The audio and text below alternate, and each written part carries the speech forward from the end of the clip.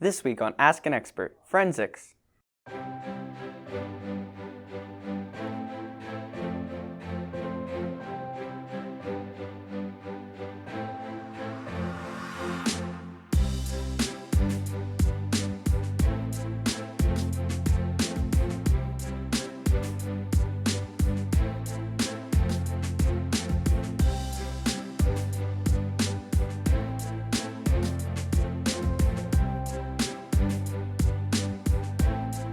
Welcome to Ask an Expert, a show where you submit questions to be answered by people around the school. I'm your host, Kieran. This week on Ask an Expert, our question is forensics. Here to answer our question is Constable Dwight Leblue and Constable Linda Lair, two members of Prince Albert Police Services. Welcome. Our first question is, what forensic evidence can you take from a crime scene? Well, depending on what the crime is and what sort of evidence that we would need, there's many different things that we would be looking for.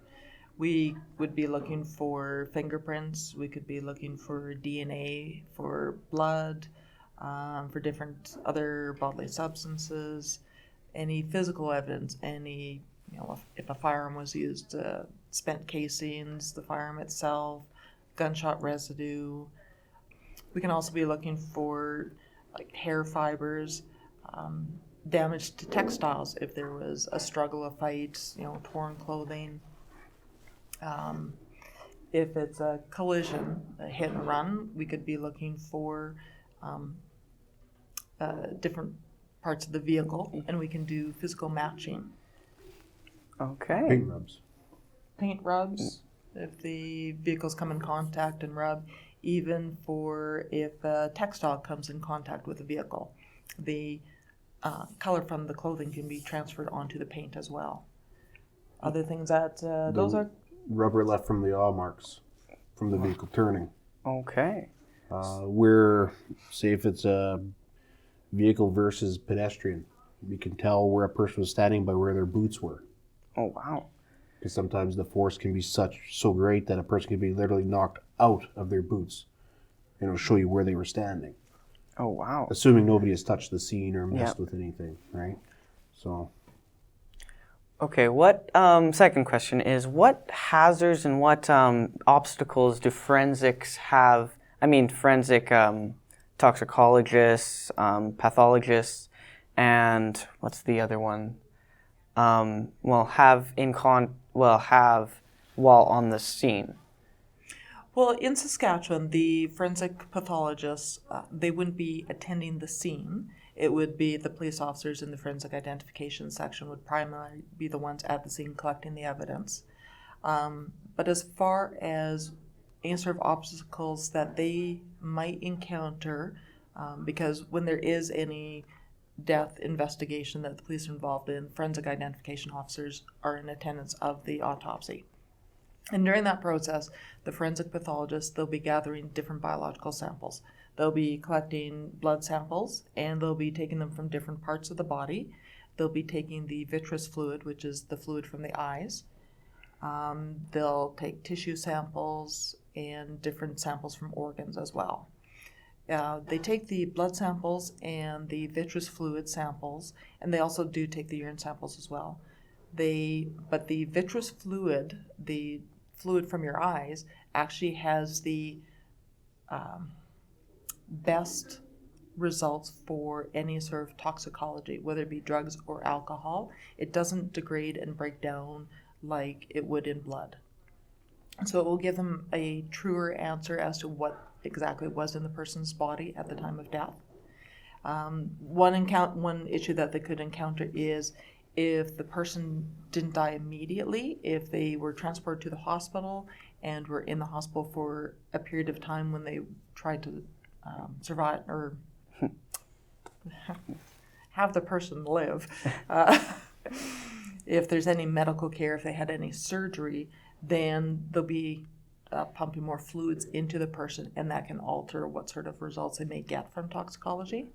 Okay. So what they always want is they want the first blood, because that will give the true representation of what is in the body at the time. So if if the person does survive for a while or has a surgery, and then they do pass and they go for an autopsy, they may not get a true toxicology result from any samples they take at that time. Okay. Well, thank you. Third question for you is what toxicology and science do you see in your everyday job? Well, for me, being a trained drug recognition expert, I'm looking at alcohol effects on the body, drug impairment on the body, and where it gets a little bit more complicated is polydrug use, when you get guys that are using more than one type of drug. And with that, you got to be looking at the different ways that drugs affect the body, and you got to understand the way it affects the body and why it's going to show you what it's showing you. Like an example is that if you got somebody that's on cocaine, which is a central nervous system stimulant, it's going to jack the body right up. Your blood pressure, your pulse rate, your body temperature, everything is going to be up. It's going to dilate the pupils. If you got someone that's on a narcotic analgesic, such as heroin, that's going to bring everything down. You'll even constrict the pupils. So if you see somebody, you got to interpret what it is that's going on and how it's affecting their body. So you're going to have a lot of different things that kind of come out with that. So it depends on the effect. So it's going to depend on the duration, how long, when did they take it? How long has it been in the system? It's kind of like the best way is what's driving the bus, right? Yeah. So if you see someone and they are, their muscles are tensed and they're sweating and their pupils are huge, it's what's driving the bus at that time. If all of a sudden now you see them, they're starting to crash, they're on the nod, which is a deep state of relaxation, now that's the heroin kicking in. You just gotta be able to determine what is going on and make the best judgment opinion of it after being with the subject and putting them through tests. Mm-hmm. Thank you.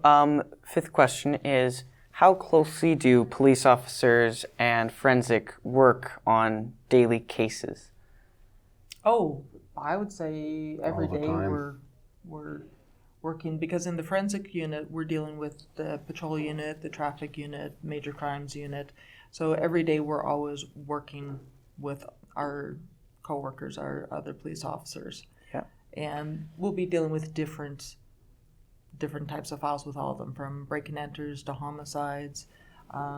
For the drug recognition experts, we assist them not as much. They're much more independent than the other police officers. They're able to complete the forms and submit the toxicology directly to the lab themselves, where they're trained in that and they're able to look after that, where all the other police officers, there's so many other types of investigations and types of things that the forensic lab can do for us, for DNA, for the toxicology, for firearms, tooling. DNA is probably the biggest component that we send the exhibits to the forensic lab. Okay. What is the process from beginning and finding of the crime scene to finding a suspect when it comes to forensics and dealing with the situation of the crime scene? Well, it can be very quick and it can be very, very long. The quickest thing is if we develop fingerprints. So if we develop latent fingerprints on a crime scene, on an object that the subject handled, then we can develop those in-house. We're trained to develop and analyze and identify fingerprints.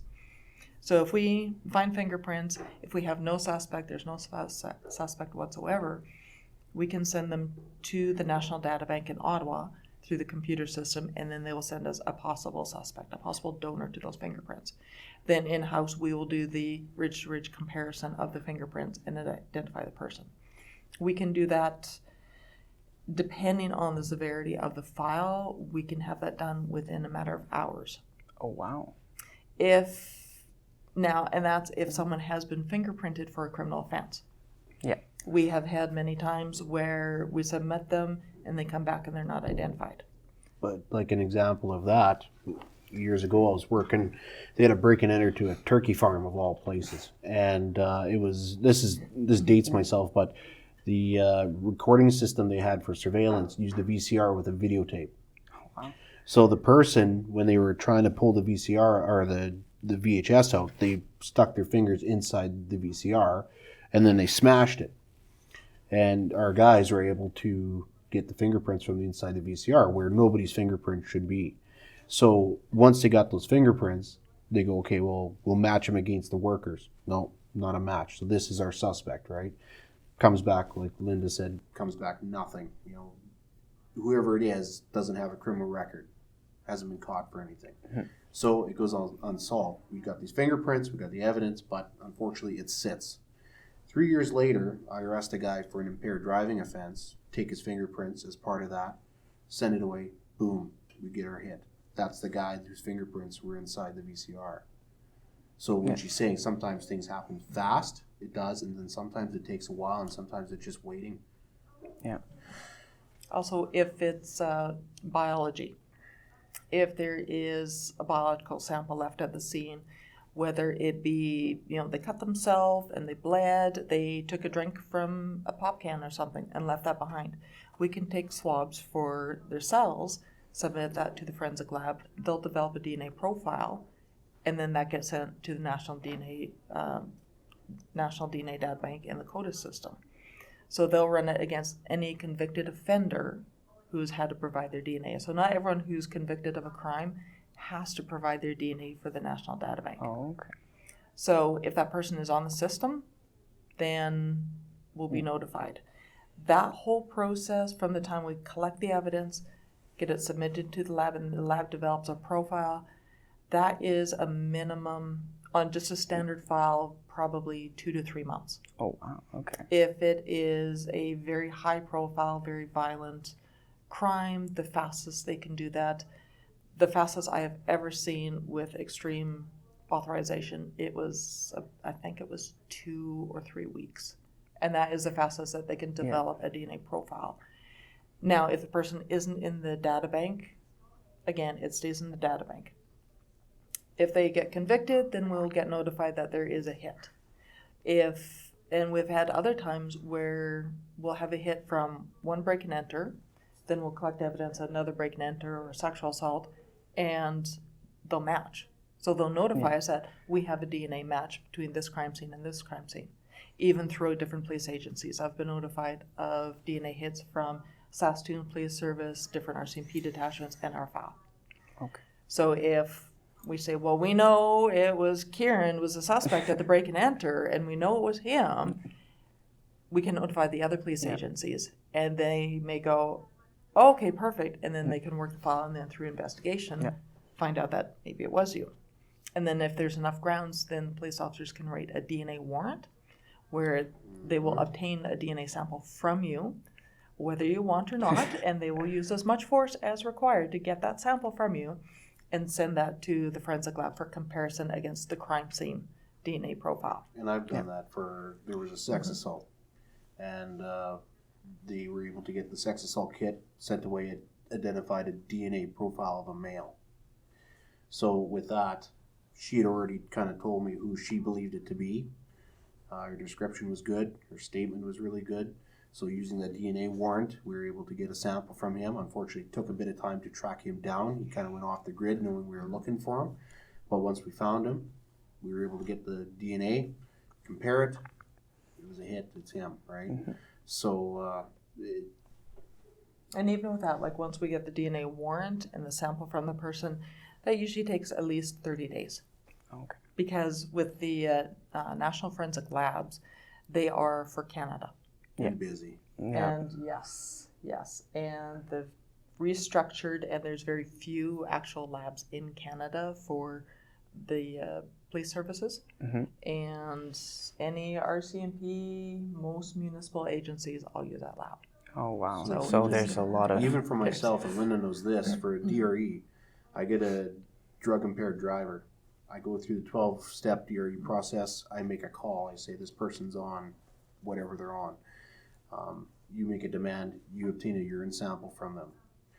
I package it up. I get it ready. I ask the lab, can I send this to you? Sometimes it takes 30 days for them to get back to me to say, yeah, okay, we're ready for it. Send it. I send it. It doesn't take long because you send it by Pure Later or whatever. It gets there. And then from then they tell you, yeah, we got it, but your diary date is 155 days.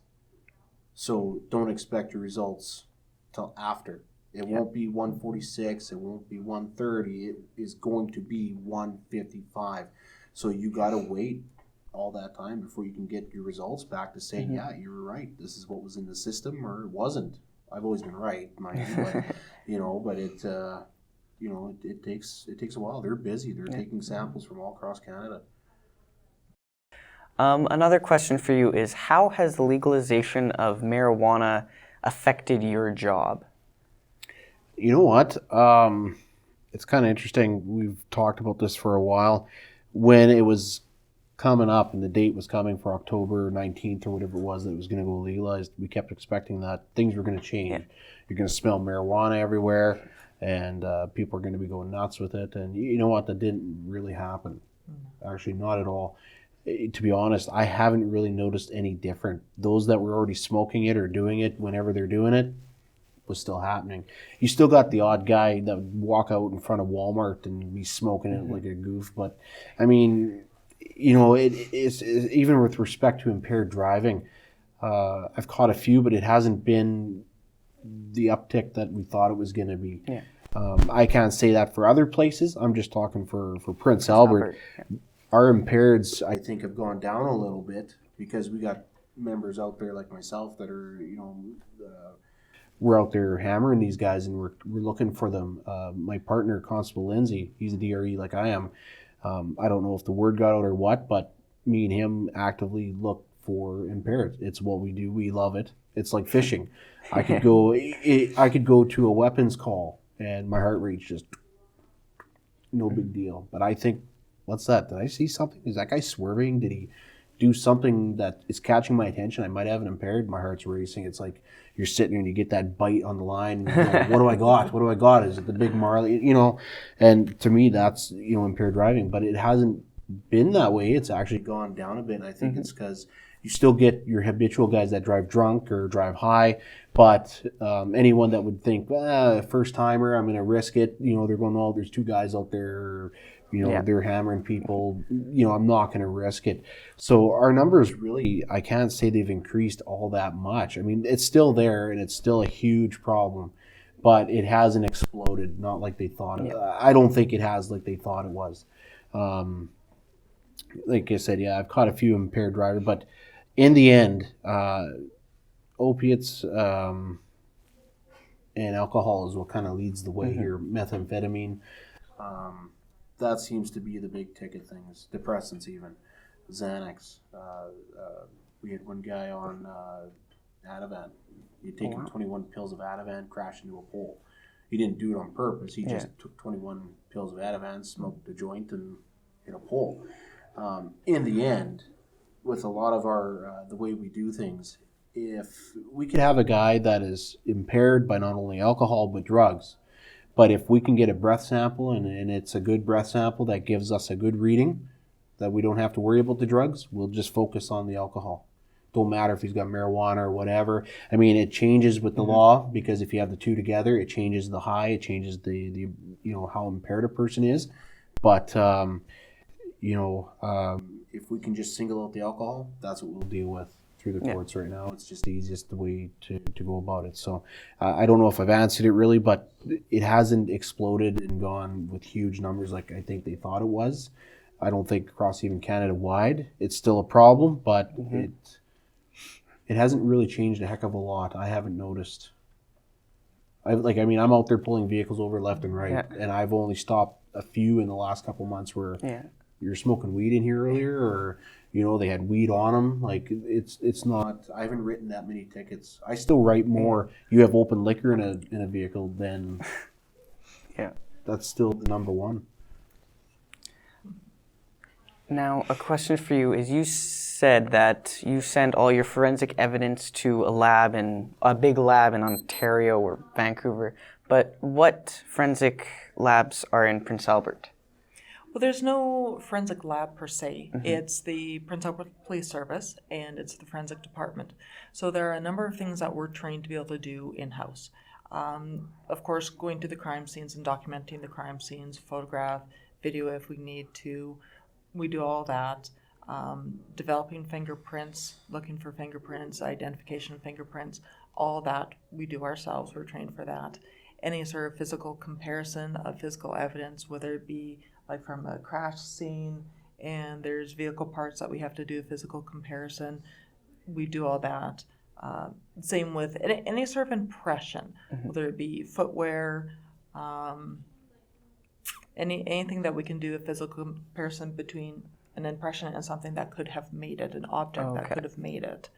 The things that we send to the forensic lab are anything where, I guess, more of a chemistry is involved. So toxicology, if they need to develop any sort of DNA, whether that be from a sexual assault kit, from a homicide, anything like that with biological samples, we would have to send away. If there's clothing that may have gunshot residue, or a person has discharged a firearm, we can take samples of that. We've got a kit, and we can take samples of their hands and their face if they've used a firearm recently. So we'll gather that evidence and then send it to the forensic lab, and they will do the chemical analysis of it to see if there was gunshot residue. So it's a lot of the development of the physical evidence. Okay. Well, that helps. Now, I think this will be the last question, and it'll be for both of you. And this will be for kids who are interested in police officers or forensics. What's your day-to-day like? Like, what's your most common job or least favorite job?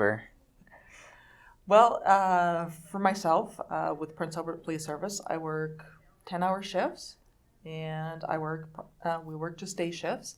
We are on call 24/7. Someone has to be available for calls if something were to happen. And our day-to-day job, like any police officer, you may think you know what you're going to do that day, and then something comes in. Very typical. I think something that a lot of people who may be interested in policing and forensics in policing might be surprised is how much paperwork there is. I just completed a forensic report, an expert report on fingerprints, which is going to a trial. And between trying to get that prepared and written and being called to break and enters, being called to process crime scenes, fingerprinting people in the front office, all sorts of processing recovered stolen vehicles, it took me probably a better part of 2 weeks to get that written. Oh, wow. And whenever we do anything, we have to document it, because a lot of files that we're involved with are going to be going to a trial and will be expected to testify in court. So we have to take very good notes and details and then document that in the system. Okay. So probably a lot more paperwork than people expect. Especially on your end, And well, for me, it's kind of different because I just went into the combined traffic unit. So I did years on patrol frontline policing. So you'd do 12-hour shifts, 2 days, 2 nights. Your shifts, like, it could be anything. You're working on your file load because everyone's got so many they carry. It could be anything from break and enters to stabbings to assaults, something frauds, bank related stuff, which takes time. In between that, like I said, I was working on a DNA warrant between my calls, and that can be challenging sometimes because it's a lot of work, and you got to have everything straight in your head and what you're doing. Then the next second you're reacting to calls, you're going out to motor vehicle accidents, you're going to, mental health act, someone's threatening suicide, or it can be anything. And we go to all sorts of different stuff, and it's you know what, it is a great career, but it also comes with its negatives at times too, and you got to keep positive and like me and Linda, we've been through a lot of different stuff together, and there's stories that we could tell that would just, people fall over. But there's also a lot of good things too, and like we have the one thing she didn't mention is the drop-ins where guys like me or someone else will drop in and bother her because we need something done. So we'll come in with coffee and try sweeten the deal to get her to fix something for us that we're having trouble with, because sometimes the lab comes back on us and goes, no, you didn't fill this out right. Well, we go to the guru, the one that knows, right? So, they're not just working on their stuff, they're being bothered to help us with our stuff too, or give us their opinions. But it's, like I said, it's a great career because there's things you can do in the job that you can't do anywhere else. If you work an office job 9 to 5 and you get up at 10 and you're like, I've been sitting at my desk, I'm going to go for a coffee. You got to ask the boss. And even then, you don't get to just go for a coffee. Me, it's part of my job. It's kind of a perk is that I can go, well, you know what? I've done enough paperwork. I'm going to go for a drive and be proactive, see what I can come across. Being visible within the community, talking to people is all part of the job. So if I'm rolling through Tim Hortons and I get a coffee and then now I'm out driving around and I'm driving by the schools and making sure people are driving slow and like they're supposed to be, that's part of it. That's great. And there's no other job like that. You don't have a boss that's always over top of you, making sure, as long as you're doing what you're supposed to be doing, you're getting your work done, then, your boss doesn't have to be hammering on you, making sure you're doing things. If you're a hard worker, it's great. There's no other job like it for that kind of freedom to do what you need to do. But like she said, there are days you'll come in and it's like, guess what? There was a murder and you got to sit on this scene with the dead body for the next 12 hours till she gets there. It happens, and your day can be totally just taken away on you. But it's it's a good career and made a lot of friends and good family over the years, and I wouldn't do anything else.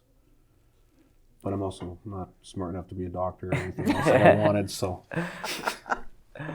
that's true. So here I am. Well, thank you so much for coming. It's a huge honor to have two active police officers and forensics. I love having active community members and people actually in the occupation, so thank you so much. You're very welcome. No problem. That's it for this week's Ask an Expert, but we're always looking for new questions. Tweet them at PA Carlton with the hashtag Ask an Expert, and we'll find someone who can answer them for you. See you next week.